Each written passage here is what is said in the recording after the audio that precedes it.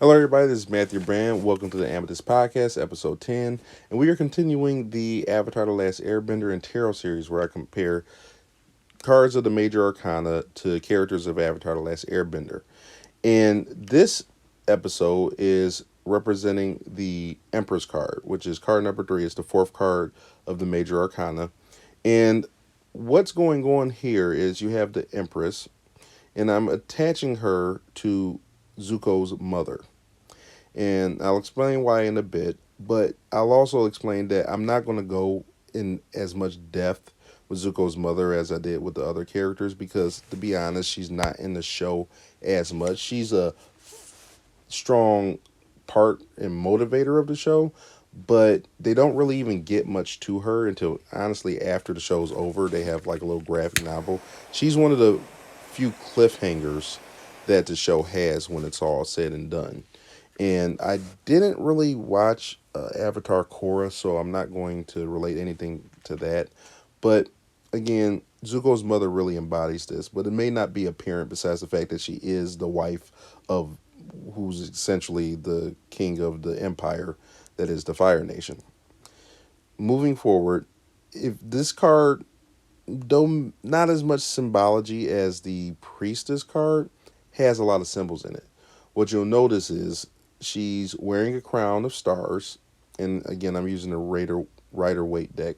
She's wearing a crown of stars, which, if you remember from the priestess card, any type of symbol like stars, sun, moon, they mean something in particular, and they don't change. I don't really think they change per card, but the position where they are is important. And she's wearing them on top of her head, so they're above her, but she's also wearing them. And stars in these typically mean a guiding light, right? So, think of, people following stars to get to a destination. They're usually used as markers or where to go. And since there's 12 of them, they kind of represents the months of the year, right? So 12 months of the year is a guiding light for the year, so to speak. There's a scepter in her hand, so that represents a form of skill and power. Then you have underneath her throne, there's a lot of grass, fertility, usually represents wealth or abundance. And then there's a sign of Venus underneath her, kind of representing fertility, again, motherhood. And this is a stage in life where, so to speak, you have somebody who's more important to you than you are, and you have to provide and guide them. You have to be the guiding light, right? You'll notice she's not looking up at the stars, but they're still above her and she's wearing them. So eyes where they're focused in these cards in the Rider Waite deck are also important, but you'll notice she has to be the guiding light, but still she is following, it's above her, but she has to be that. It's kind of like when it's like, hey, I have to protect you, but there's nobody protecting me, but I still have to follow this path. Like I have to be that example, so to speak, right? When you're a parent, you have to be the example. You don't necessarily always get an example.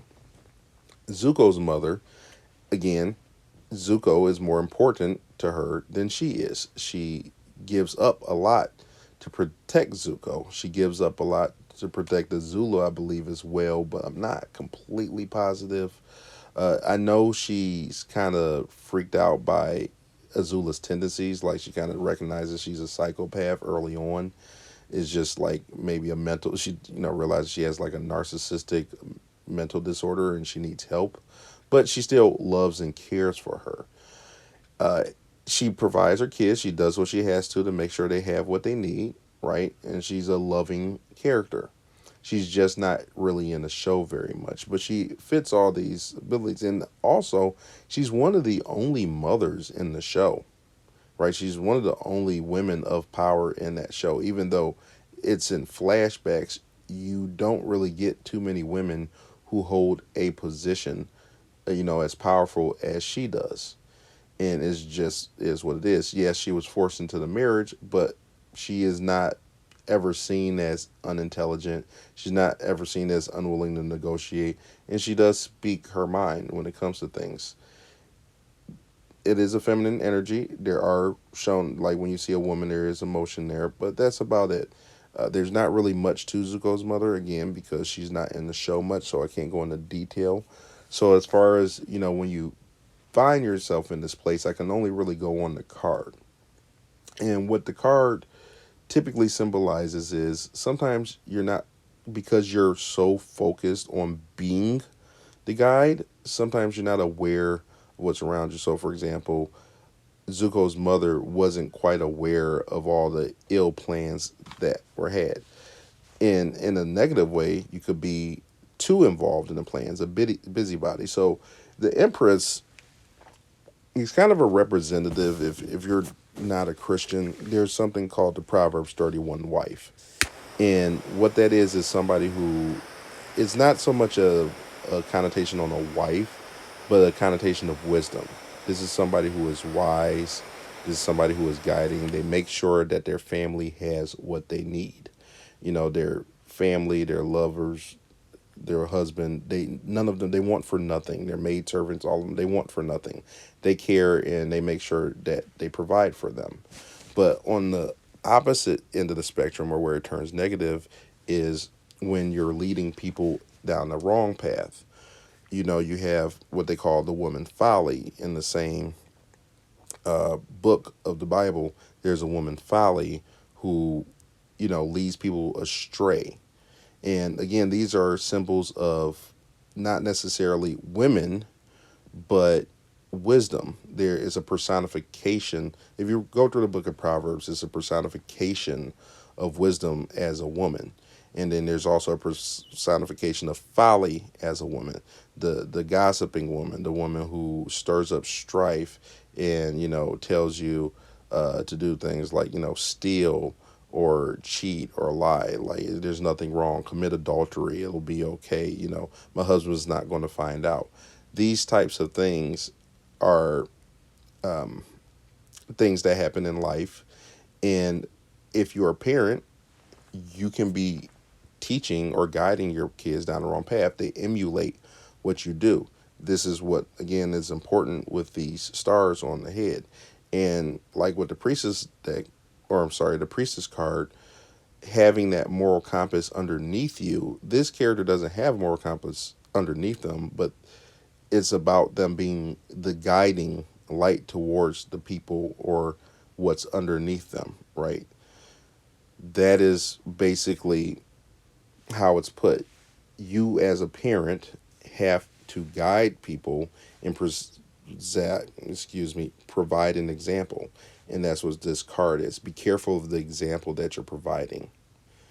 You may need to check yourself on what you're showing others. And that's something that we can all do. But if you feel like maybe, hey, I feel like I may emulate this, like, I'm sacrificing, things aren't going well, perhaps you aren't living up to the pinnacle of what you should be so that you can be the best provider for others, right? A lot of people take shortcuts. They take the wrong path. And when you're in charge of other people or you're guiding other people, they follow that path. Anyway, that's all I really have for it. We have actually, that is one thing I will say with Zuko's mother.